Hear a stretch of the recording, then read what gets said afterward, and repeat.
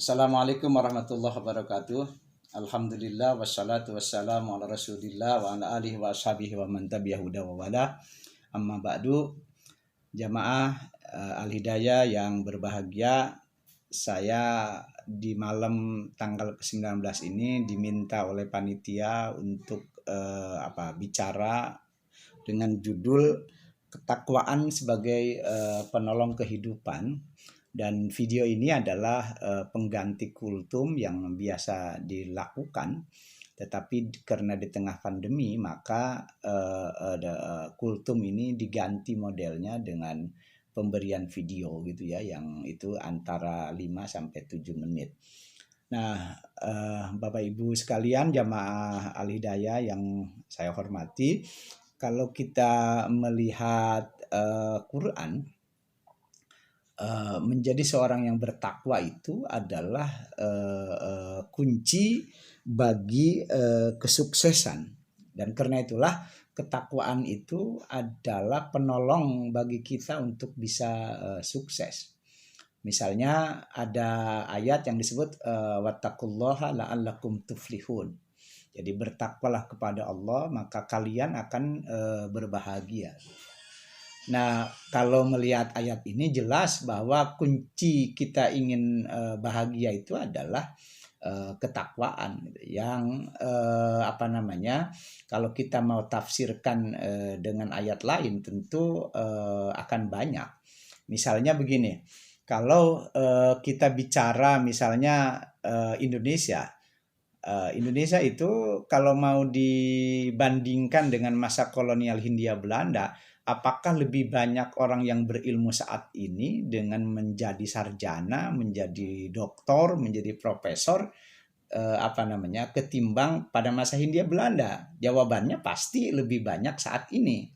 Nah, tetapi kok semakin banyak orang yang berilmu tetapi tidak membuat Indonesia lebih baik? Saya kira kuncinya karena kita kekurangan orang-orang yang berintegritas. Kita masih ingat bahwa korupsi misalnya sebagai salah satu contoh pada masa akhir Orde Baru itu, jika uang yang dikorupsi ditumpuk itu tingginya kan melebihi pegunungan Everest gitu ya.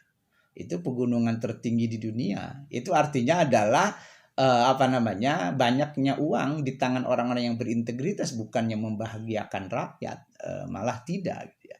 Nah, termasuk di dalamnya kenapa disebut penolong dari kehidupan? Karena banyak orang juga yang sukses, yang menjadi ilmunya tinggi gitu ya, uangnya banyak, tetapi bunuh diri gitu ya. Misalnya yang kita kenal adalah Elvis Presley, itu kan apa yang kurang? Marilyn Monroe itu ya, misalnya dia adalah artis yang terkenal, apa yang kurang dari dia? Terkenal, cantik gitu ya. Tetapi ternyata yang membuat kita bahagia itu apa gitu ya, pertanyaannya. Nah, sering orang yang menyebut yang membuat kita bahagia uang, sehingga terkenal ada ungkapan memang sih mati tidak membawa uang, tapi kalau nggak punya uang terasa akan mati gitu ya. Iya memang gitu ya. Karena itulah di dalam Islam sendiri ya itu diakui, zuyyina linnasi hubbus syahawati minan nisa'i wal banin wal qanatiril muqantarah itu ya, minadz dzahabi wal fiddah. Jadi manusia itu dihiasi oleh kecenderungan pada lawan jenis, kecenderungan pada punya anak, itu sumber-sumber kebahagiaan itu ya. Termasuk di dalamnya adalah kecenderungan dari punya kekayaan. Karena itulah di dalam Islam itu bukan berarti seseorang kan dilarang kaya, tetapi orang boleh kaya. Yang dilarang itu adalah hatinya terikat oleh dunia yang disebut dengan hubbud dunya. Yang karena itulah sesungguhnya yang membuat kita bahagia atau tidak itu adalah badan kita, tubuh kita, internal kita, bukan eksternal kita. Yang disebut harta, tahta, dan cinta itu adalah memang bagian dari kebahagiaan, tapi pada intinya adalah bukan diri kita. Yang membuat kita bahagia itu adalah kita sendiri. Kita positif enggak? Misalnya puasa itu ya. Puasa itu menekankan bahwa tidak semua yang buruk itu adalah jelek.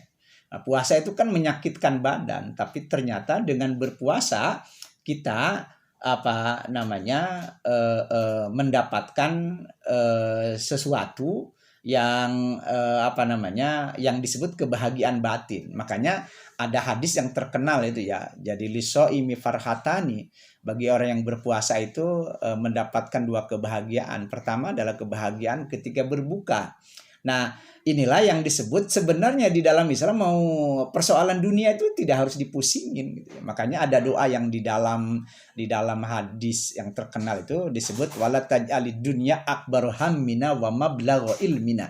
Jangan ya Allah, jangan Engkau jadikan dunia ini, harta ini sebagai apa namanya yang terbesar dari kegelisahan kami, dari kebingungan kami gitu ya. Kenapa? Karena harusnya seseorang itu kalau lagi nggak punya uang ya tinggal puasa, selesai urusan kan.